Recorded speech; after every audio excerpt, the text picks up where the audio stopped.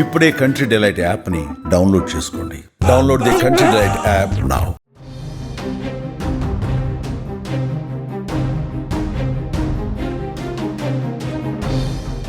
Royal Challengers Bengaluru విజయోత్సవం silicon నగరంలో ఘోర విషాదాన్ని నింపింది. చిన్నస్వామి స్టేడియం వద్ద ఆర్సీబీ గెలుపు సంబరాల్లో కొందరు ఫ్యాన్స్ ఒళ్ళు మిన్ను తెలియకుండా ప్రవర్తించారు.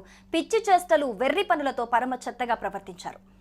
బుధవారం సాయంత్రం చిన్నస్వామి స్టేడియంలో కోహ్లీ జట్టుకు సన్మానోత్సవం ఉండగా కల్లారా చూడాలని వేలాది మంది అభిమానులు తరలివచ్చారు. గేట్ 12 వద్ద వారిని నిలువరించడానికి పోలీసులు లాఠీచార్జ్ చేయటం, జనం నలుదిక్కులా పరుగులు తీశారు. దాంతో బారికేట్లను తీయగానే ఒక్కసారిగా జనం ఎగబడిపోయి లోపలికి వెళ్లటం వల్ల ఒక్కసారిగా తొక్కిసలాట జరిగింది. ఈ తొక్కిసలాటలో 11 మందికి పైగా మృతి చెందారు. అలాగే మరికొంతమంది గాయాల పాలయ్యినట్లుగా తెలుస్తోంది. మరి ఇక్కడ చోటు చేసుకున్న ఈ ఘటనకి సంబంధించి ఇంకా ఒక స్పష్టత అయితే ఇంకా రాలేదు. ఈ ఘటననైతే అక్కడి ప్రభుత్వం చాలా సీరియస్ గా తీసుకున్నట్లుగా తెలుస్తోంది. అలాగే ఈ ఘటనలో చనిపోయిన వాళ్ళ ఫుల్ డీటెయిల్స్, పూర్తి వివరాలు కూడా ఇంకా బయటికి రానట్లుగా తెలుస్తోంది. దీనికి ఈ ఘటనకి సంబంధించి 15 రోజుల్లో విచారణ జరిపి పూర్తి నివేదిక ఇవ్వాలని కూడా అక్కడి హైకోర్టు ఆదేశించినట్లుగా కూడా తెలుస్తోంది. మరి దీనికి సంబంధించి పూర్తి డీటెయిల్స్ తెలుసుకునే ప్రయత్నం అయితే చేద్దాము. సో ఈ ఫుల్ డీటెయిల్స్ మనకు అందించడానికి ప్రేమ్ లైవ్ లో జాయిన్ అవుతున్నారు. ప్రేమ్, ప్రస్తుతం బెంగళూరులోని చిన్నస్వామి స్టేడియంలో జరిగిన ఈ దుర్ఘటన ఏదైతే ఉందో ఇది భారతదేశ క్రికెట్ చరిత్రలోనే కాదు, ప్రపంచ క్రికెట్ చరిత్రలో ఇది ఒక దుర్దినంగా మనకు చాలా స్పష్టంగా కనిపిస్తుంది. ఎందుకంటే 18 సంవత్సరాల తర్వాత ఆర్సీబీ టీము కోహ్లీ జట్టు నిన్న టైటిల్ ని గెలుచుకోవడం, ఆ టైటిల్ గెలుచుకున్న సందర్భంగా హోమ్ గ్రౌండ్ అయిన అక్కడ రాష్ట్ర ప్రభుత్వం వారికి సన్మాన కార్యక్రమం ఒకటి ఏర్పాటు చేయడం, ఆ సన్మాన కార్యక్రమానికి కొందరికి ఫ్రీ పాస్ లభించడం, మరికొందరు అంటే ఈ మొత్తం కూడా ఆ ఈవెంట్ ను చూసేందుకు పెద్ద ఎత్తున అక్కడికి ప్రజలు, అంటే ఆ ఇన్విటేషన్స్ తో సంబంధం లేకుండా, ఆ గ్రౌండ్ కున్న కెపాసిటీ తోటి సంబంధం లేకుండా కేవలం కోహ్లీని, అదేవిధంగా కోహ్లీ జట్టుని, ఆ యొక్క ఆర్సీబీ టీం ని కలుసుకునేందుకే అక్కడికి వేలాది సంఖ్యలో, లక్షలాది సంఖ్యలో తరలి వెళ్ళడం చూస్తున్నాం. ఒక్క చెన్నైకి సంబంధించి, ఒక బెంగళూరు కర్ణాటకే కాదు, ఏపీ, తెలంగాణ, అదేవిధంగా కర్ణాటక, తమిళనాడు రాష్ట్రాలకు సంబంధించిన అభిమానులు కూడా పెద్ద ఎత్తున అక్కడికి చేరుకోవడం.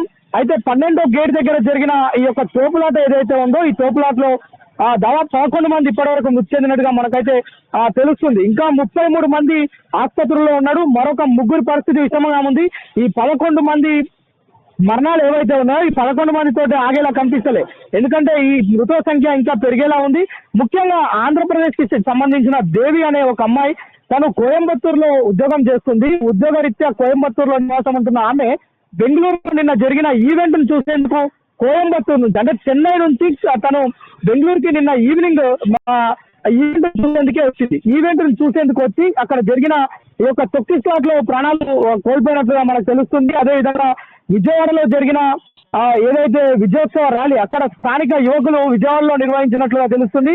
అక్కడ కూడా ఓ యువకుడు దుర్మరణం పాలైనట్లుగా తెలుస్తుంది. అయితే బైక్ ర్యాలీ నిర్వహించిన బైక్ ర్యాలీలో కొంత గడబిడ జరిగింది. ఆ గడబిడలోనే విజయవాడలో కూడా ఒక యువకుడు మృతి చెందినట్లుగా మనకు తెలుస్తుంది. అయితే మొత్తం దాదాపు హైదరాబాద్ లో కూడా మనం చూస్తున్నాం. మొన్న రాత్రి ఇదే స్పాట్ లో ఇక్కడ బ్యారికేడ్లు మనకు ప్రత్యేక నిదర్శనంగా కనిపిస్తున్నాయి. ఆ బ్యారికేడ్ చూడొచ్చు, అక్కడున్న బ్యారికేడ్ చూడొచ్చు. ఆ రోజు మొత్తం కూడా చాలా నీట్ గా ఉన్న బ్యారికేడ్ యువత వాటిపైన ఎగిరి దునికి డప్పులుగా కొట్టి అది మొత్తం కూడా, ఈ బ్యారికేడ్ మొత్తం కూడా ఇరిగిపోయింది. అంటే హైదరాబాద్ లోనే ఇలా ఉంటే మీకు బెంగళూరులో పరిస్థితి ఏ విధంగా ఉంటుంది అనేది చెప్పడానికి నేను ఈ ఎగ్జాంపుల్ చూపిస్తున్నా.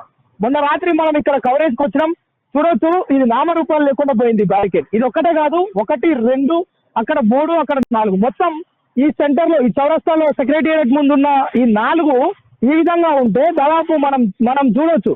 ఇక్కడ హైదరాబాద్ లో ఒక 2-3 వేల మంది యువత ఈ యొక్క సెక్రటేరియట్ ముందుకు, అంటే ట్యాంక్ బండ్ వద్దకు వచ్చి సంబరాలు జరుపుతూనే ఈ బ్యారికేడ్లు నామరూపాలు లేకుండా పోయాయి. సో ఈ నేపథ్యంలో మనం అక్కడ లక్షలాది మంది, అక్కడి ప్రభుత్వం సెలవు ప్రకటించడం, ఆర్సీబీ 18 ఏళ్ళ తర్వాత ఈ యొక్క కప్పును గెలుచుకోవడం, ఆ కప్పు ఈవెంట్ సన్మాన కార్యక్రమం ఏదైతే చేపట్టిందో అక్కడి ప్రభుత్వం అది రణరంగంగా మారడం, అట్ ద సేమ్ టైం 11 మంది మృతి చెందారంటే అది ఎంత పెద్ద విశాలమైన సంఘటన మనం చూడొచ్చు. ఇలాంటి ఘటనలో ఇక్కడ తప్పవర్థి, అంటే ఈ పోలీసులు నమోదు చేసిన ఎఫ్ఐఆర్ లో కూడా నిందితులు ఎవరిగా కూడా చేర్చలే. అటు పోలీసుల ప్రభుత్వం పైన చేర్చలేదు, అనుమానితుల పైన చేర్చలేదు, లేదంటే టికెట్లు లేని వారి పైన చేర్చలేదు, నిర్వాహకుల పైన చేర్చలేదు.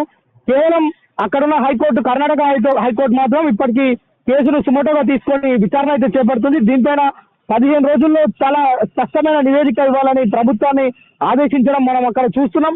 మరోవైపు ఈ రోజు మధ్యాహ్నం 2:30కు బెంగళూరుకు సంబంధించిన హైకోర్టులో దీనిపైన విచారణ జరగనుంది. ఈ విచారణలో కోర్టు ఏం కీలకమైన తీర్పు ఇస్తుంది, కోర్టు ఎలాంటి కామెంట్స్ చేస్తుంది అనేది కూడా చూడొచ్చు. చాలా ఆశ్చర్యం, అంటే ఇక్కడ ఒక సస్పెన్స్ అయితే నెలకొంది. ఎందుకంటే పోలీసులు ఎఫ్ఐఆర్ లో డీటెయిల్స్ నమోదు చేసుకోవడం, సుమోటోగా హైకోర్టు కేసు తీసుకోవడం, సో ఇదంతా చూస్తే 11 మంది మృతి చెందడం, వీరందరికి సంబంధించిన కుటుంబాలు శోకసంద్రంలో మునగడం. నిజానికి మనం సోషల్ మీడియాలో చూస్తుంటే చాలా పాజిటివ్ గా, చాలా నెగిటివ్ గా భిన్నమైన స్పందనలు వస్తున్నాయి.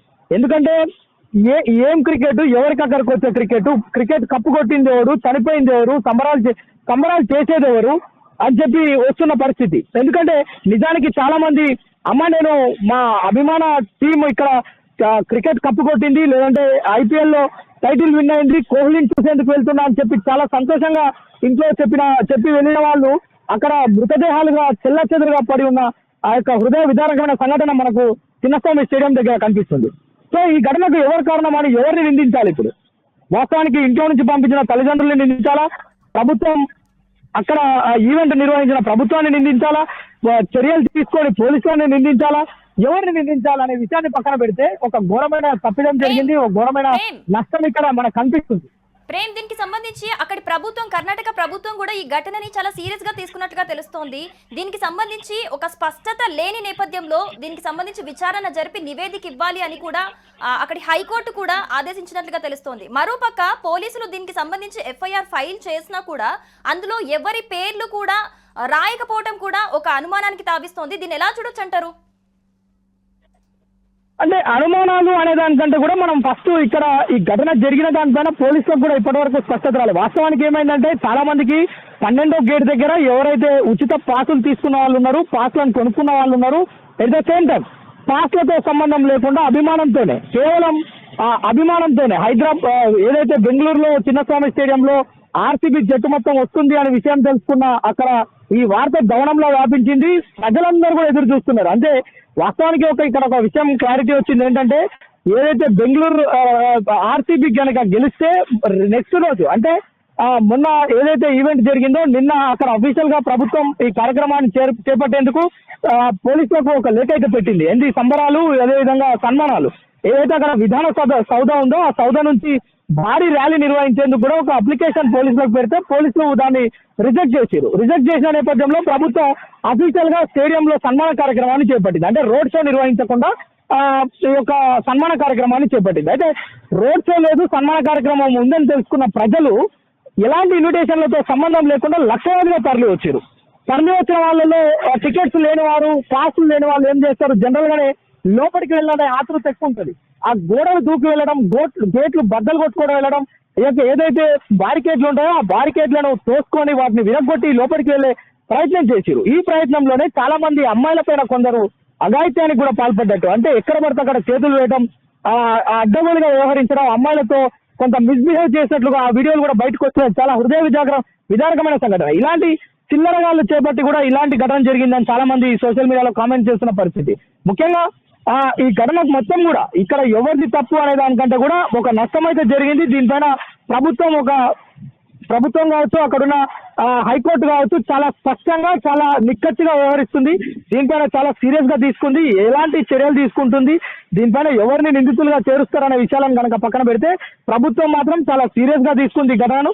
దీనిపైన లోతైన దర్యాప్తు చేసేందుకు హైకోర్టు కూడా ఆదేశాలు ఇచ్చింది. 15 రోజుల్లో దీనిపైన స్పష్టత ఇవ్వాలని చెప్పి కూడా ప్రభుత్వానికి కోరినట్లుగా, ప్రభుత్వానికి ఆదేశాలు జారీ చేసినట్లుగా మనకు తెలుస్తుంది. కానీ మొత్తానికి బెంగళూరులోని చిన్నస్వామి స్టేడియంలో నిన్న జరిగిన ఈ ఘటన ఏదైతే ఉందో ఇది ఒక క్రికెట్ చరిత్రలో ఒక దుర్దినంగా స్పష్టంగా తెలుస్తుంది. Right Prem, thank you. So మొత్తంగా బెంగళూరులోని చిన్నస్వామి స్టేడియంలో జరిగిన ఘటనకు సంబంధించి అయితే ఇంకా స్పష్టత అయితే రాలేదు. ఈ ఘటనకు సంబంధించి అక్కడ హైకోర్టు కూడా 15 రోజుల్లో పూర్తి నివేదిక సమర్పించాల్సిందిగా ఆదేశించింది. సుమన్ టీవీలో మీ పర్సనల్ అండ్ బిజినెస్ ప్రమోషన్స్ కోసం కింది నెంబర్కి కాంటాక్ట్ చేయండి.